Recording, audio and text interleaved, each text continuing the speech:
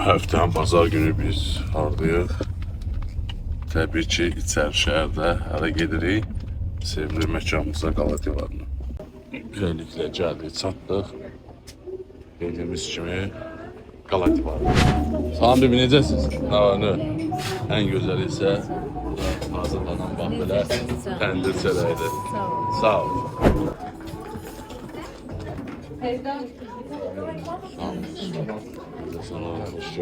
Masamız da hazırdır. Necəsən? Yüksek seviyede. Ürəyim soyutma yumurta istədi. Soyutma yumurta yiyəcəm. Bunu özümə məxsus şəkildə yiyəcəm. Yəni, əvvəlcə bunu soyaq. Deyəsən, bunu soyuq suya atmayıblar, belə olur. Məsələyə, mən soyutma yumurtanı bax, bu formada yiyirəm. Bax, bu kərəyədir. Üzerine koysan. İstiyor. Lavaşın arasına koysan böyle.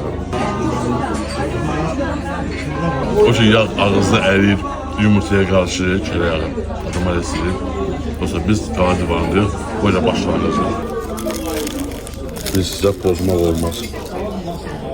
Gerçi ki bu xıt-xıt səsi məndə hər bazar günü baş versin. Mezun orada değil.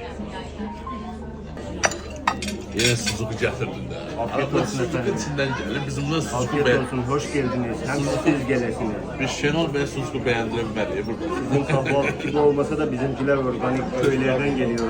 Özel. Bugün de size özel yaptırdım her şeyi. Elinize sağlık. Afiyet olsun. Sağ olun.